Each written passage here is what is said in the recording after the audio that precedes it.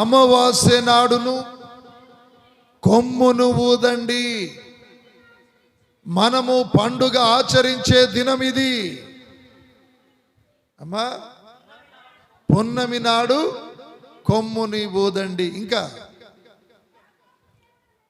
యాకోబు దేవుడైన యెహోవా నిర్ణయించిన చట్టము, ఆజ్ఞ ఇది. యేసు నామానికి మహిమ కలుగునుగాక. ప్రాణము పోయిన, తల నెరకబడిన దేవుని యొక్క చట్టము, శాసనములు, కట్టడాలు, దేవుని ఆజ్ఞలకు ఎవరు విధేయత చూపుతారో దేవుడు ఒక్కటి కాదు అన్ని విషయాలలో వారిని ఆశీర్వదించి అభివృద్ధి పదములో నడిపిస్తాడు. ఏ ఒక్కటి మిస్ కావద్దు. హల్లెలూయా చెబుదాం. అర్థమవుతున్నవారు ఎన్ని చెప్పిన ఇప్పుడు నేను? కట్టడ, ఆజ్ఞ, శాసనం, న్యాయ విధులు, ఇవన్నీ కూడా మర్చిపోకూడదు. చాలా మందిని చూస్తే తనకు అనుకూలంగా బైబిల్ గ్రంథములోనే ఉన్నది. మత్తయి సువార్త 22వ అధ్యాయము 36వ వచనాన్ని మనం చదువుకున్నట్లయితే, అందులో ఒక ధర్మశాస్త్ర బోధకుడు యేసు ప్రభు దగ్గరకు వచ్చి, బోధకుడా, ధర్మశాస్త్రములో ముఖ్యమైన ఆజ్ఞ ఏది అని అడుగుతుండ ఆయన. ధర్మశాస్త్రములో ఏమనుంది ఎరికేనా? ధర్మశాస్త్రములో ఉన్న ఒక సున్న అయినను, ఒక కొమ్ము అయినను అది తప్పిపోదు, అంతా నెరవేరవలసి ఉన్నది. మరి ధర్మశాస్త్రములో అతి ప్రధానమైన ఆజ్ఞ ఏదని యేసు ప్రభుని అడుగుతుండిన. అంటే అంటే అన్ని ఆజ్ఞలు ఆయన పాటించడిగా. ఏది ముఖ్యమైందో దానినే పాటిస్తాడాటిన. ఆయన ఇష్టం అది. యేసు నామానికి మహిమ కలుగునుగాక. అంటే ప్రియమైన దేవుని బిడ్డలారా, ధర్మశాస్త్రములో అన్ని ముఖ్యమైనవే. ప్రతి ఆదివారం విలువ కలిగిందే. దేవుడు మనకిచ్చిన ఆజ్ఞలు చాలా విలువ కలిగినాయి. నిర్గమ కాండములో ఉంటుంది 15వ అధ్యాయం 26వ వచనములో ఏముంటుందంటే, నీవు నీ దేవుడైన యెహోవా మాట శ్రద్ధగా వింటే, ఆయన దృష్టికి న్యాయముగా ఉన్నది చేస్తే, ఆయన ఆజ్ఞలకు విధేయత చూపితే, ఆయన కట్టడాలన్నిటినీ అనుసరించి నడుచుకుంటే, ఐగుప్తులో 10 తెగుళ్లను పంపిన నేను. ఐగుప్తులు అన్య జనుల మీదకి 10 రకాల తెగుళ్లను పంపిన. వాటిలో ఏ ఒక్కటి మీకు రాకుండా ఉండాలంటే 4, నీ దేవుడైన యేసయ్య మాట శ్రద్ధగా వినాలి 1. నెక్స్ట్, ఆయన దృష్టికి న్యాయముగా ఉన్న దాన్ని చేయాలి 2. 3వది, ఆయన ఆజ్ఞలకు విధేయత చూపాలి. 4వది, ఆయన కట్టడములను అనుసరించి నడుచుకోవాలి. అప్పుడు ఈ లోకములో ఉన్న రకరకాల తెగుళ్ళు, డాక్టర్లకు అర్థం కాని తెగుళ్ళు ఉన్నాయి. ఉంటే ఉండని, వస్తాయి, కానీ నీకు రానివ్వను అని మాటిస్తున్నాడు ఆయన. ఆయన మాట విన్నప్పుడు యేసు ప్రభు యోహాను సువార్త 2వ అధ్యాయంలో ఒక వివాహమునకు ఆహ్వానింపబడ్డాడు. ఎవరు చెప్పండి? నోరు తెరువురమ్మ. ఇంత బలమైన ఆరాధన జరుగుతున్నా కూడా ఇంత స్పర్శ లేదు. అంతకు దిగజారొద్దు మనిషి ఎప్పటికైనా. ఇక్కడ మనం గమనించుకున్నట్లయితే యేసుక్రీస్తు ప్రభుల వారు అక్కడ కానా అనే గ్రామంలో ఒక వివాహం జరిగింది. దానికి యేసు ప్రభు ఆయన శిష్యులు ఆహ్వానింపబడ్డారు. యేసు ప్రభు ఆయన శిష్యులు ఆ వివాహమునకు వెళ్ళినప్పుడు అక్కడ మరియ తల్లి కూడా ఉన్నట్లు మనం చూస్తూ ఉన్నాం. మరి అక్కడ యూదుల ఆచార ప్రకారం వచ్చిన అతిథులకు, మీ పక్కనున్న లేపయ్య, మీ పక్కన ఉన్న వాళ్ళని మీరు లేపుకోండి, టైం 11 కూడా కాలేదు, నేను అన్నిట్లలో చేతగాను లెక్క ఉంటా, కానీ ఆత్మీయ జీవితంలో మనమే ఏరే రకంగా ఫీల్ అయితే నేను అలా లేదు చెప్తా అనలేదు, కానీ మీరు అర్థం చేసుకోండి. బయట చేతగానోనే ఎంతోమంది అన్నారు, ఏముందా ఆయన దగ్గర అన్నారు, కానీ ఏమున్నా లేకున్నా యేసు ప్రభు అయితే ఉన్నాడు, అందులో అనుమానం లేదు. ఆయన వాక్యం ఉన్నది, అందులో డౌట్ లేదు. పరిశుద్ధాత్మ దేవుడు ఉన్నాడు, అనుమానం లేదు. ఇంక ఏమది అవసరం? అసలైన ఆయన ఉన్నాక ఇంక ఏది కావాలి మనకు? అందం కావాలా, హైట్ కావాలా, పర్సనాలిటీ కావాలా? ఈ ఊపుడు ఉరకలు పెట్టుడు అనేది నాకు లేదు. అయ్యా, వృద్ధాప్యం వచ్చినాక ఎవరికైనా నీ మనసు అయితే వస్తుంది, కానీ నడిగారి వయసులో రావాలి, యవ్వన వయసులో రావాలి. నీ మనసు నాకు కావాలి. నేను అదే పట్టుబట్టిన నేను ఆయనని. ఈ రోజున గమనిస్తే యూదుల ఆచార ప్రకారము వచ్చిన అతిథులకు ద్రాక్ష రసం పోసేవాళ్ళు. అయితే యేసు ప్రభు రావడం ద్వారా, ప్రజల యొక్క రద్దీ పెరిగి ఉండడం ద్వారా ద్రాక్ష రసం అయిపోయింది. అయిపోయినప్పుడు అప్పుడు మరియ తల్లి యేసు ప్రభు దగ్గరికి వచ్చి, అయ్యా, ద్రాక్ష రసం అయిపోయింది అని అంటది, ఒకటే మాట. అప్పుడు యేసు ప్రభు అంటున్నాడు, అమ్మా, నాతో నీకేం పని? నా సమయము ఇంకా రాలేదు. యేసు ప్రభు ఏమన్నాడు? మరియ తల్లిని అమ్మా అన్నాడు. ఈ మిర్యాలగూడెం పాస్టర్ ఏమన్నాడు? అలే చెబుదాం.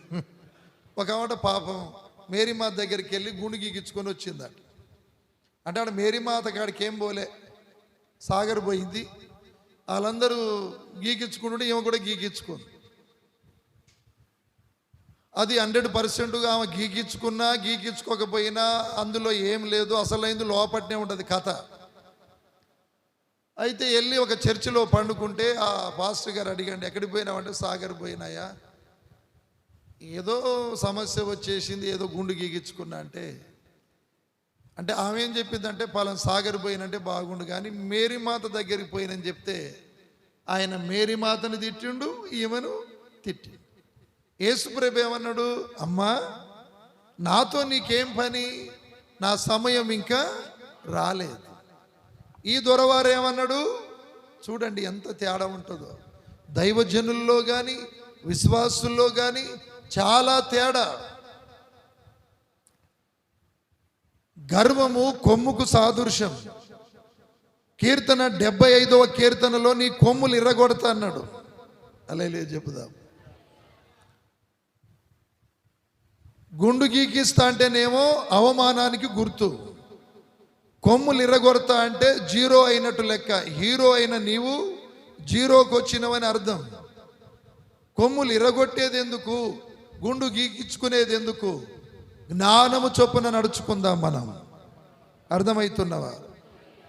బయట ఉన్న వాళ్ళకు దయచేసి గేటు దగ్గర కానీ గ్రౌండ్లో ఎవరైనా ఉంటే రండి దయచేసి.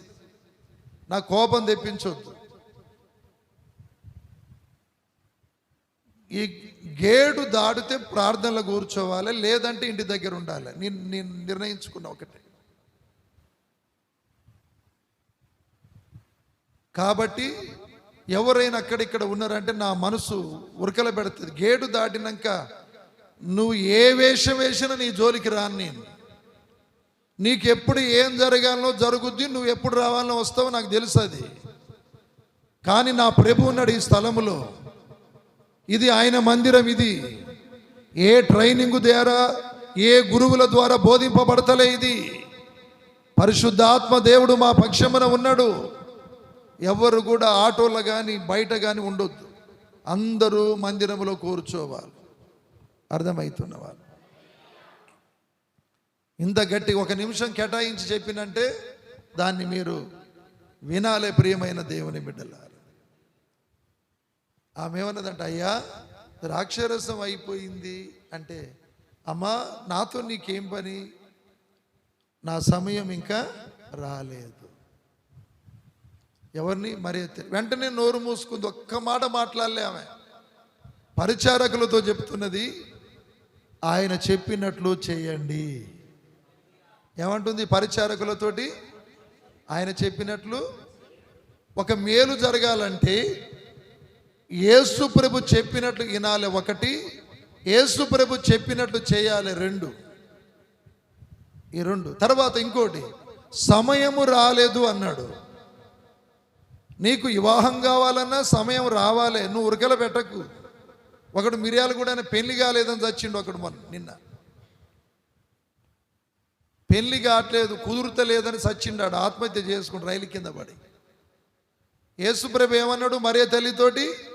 నా సమయము, చెప్పాల నోరు తెరవండి, సమయం ఉంది.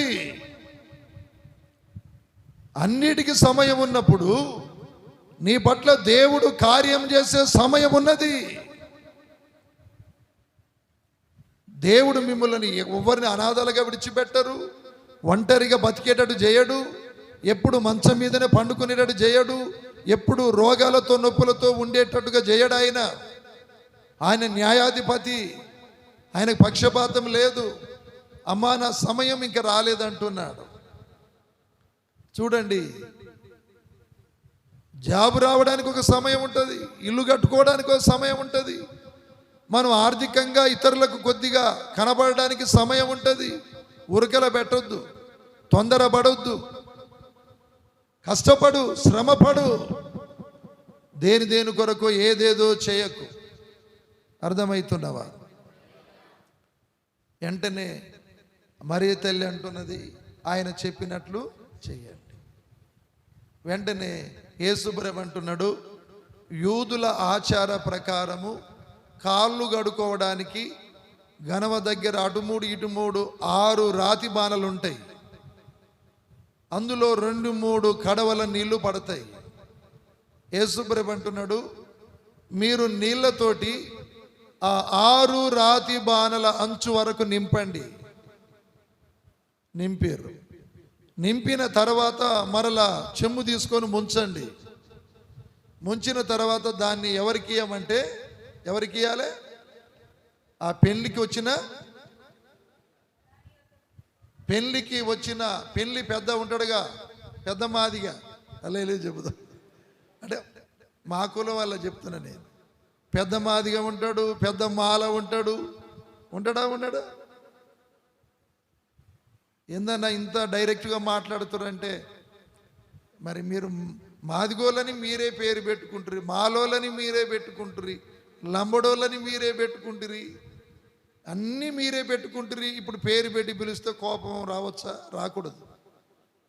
అర్థమవుతున్నవా? అయితే ఈ పెళ్ళి పెద్దకి ఇవ్వండి, ఈ ప్రధానికి ఇవ్వండి అంటే, యేసు ప్రభు నీళ్లు పోయమంటే పోసారు ఒకటి, పోసిన నీళ్ళని మళ్ళీ ముంచుకొని ఆ పెళ్లి ప్రధానికి ఇవ్వమంటే ఇచ్చారు 2. ఆయన ఆ నీళ్లను తాగినప్పుడు అవి నీళ్లు కాదు, శ్రేష్టమైన ద్రాక్షారసముగా మార్చబడ్డాయి. ఎప్పుడు జరిగినాయి చెప్పాలి, మీరు చప్పట్లు కొట్టే వాళ్ళు చెప్పాలి. ఎప్పుడు జరిగినాయి అంటే, యేసు ప్రభు చెప్పుతున్నప్పుడు, వాళ్ళు చేస్తున్నప్పుడు జరిగింది కార్యం. యేసు ప్రభు చెప్పుతున్నప్పుడు ఎవరు చేస్తారో మరియ తల్లి అంటుంది, ఆయన చెప్పినట్లు చెయ్యండి. చెయ్యి నువ్వు. నేను ఇవాళ చెప్తున్నా, నీ డప్పు నువ్వే కొట్టుకుంటే ఏందని మీరు అనుకోవచ్చు. నేను ఎట్ట చెప్తానో అట్ట ఇంటుండీడు శాంతి కుమార్. అందరు కొడుకులు వినరు. నేను ఎట్ట చెప్తున్నా అట్ట విన్నందుకు నన్ను మించిపోయేటట్టుగా దేవుడు ఆయనను ఆశీర్వదించబోతున్నాడు. అవునంతే. తీర్పు చెప్పే అధికారం ఆట తండ్రి అయిన దేవుడు కుమారుడైన యేసుక్రీస్తుకి ఇచ్చిండాట.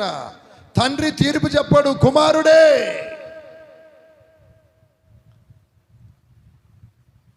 ఇంకా మీలో ఎవరైనా చెప్పిందల్లా చేస్తుంటే వానికి ఏదైనా ఉన్నది దారదత్తం చేయాలనిపిస్తుంది, వానికి అన్నం పెట్టాలనిపిస్తుంది, బట్టలు ఇప్పించాలనిపిస్తుంది, ఎక్కడికి పోతే అక్కడికి తీసుకుపోవాలనిపిస్తుంది. ఎప్పుడు ఎరికేనా? చెప్పినది చేస్తున్నప్పుడు.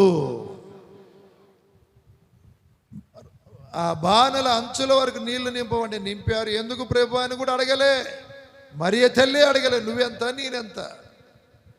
అర్థమవుతున్నవారు? ఈ వాక్యము ద్వారానే మీ అందరి పట్ల మార్పు జరుగునుగాక, మీ అందరి పట్ల కార్యము జరుగునుగాక. వాళ్ళు నీళ్లు పోస్తున్నారు, ముంచి మళ్ళీ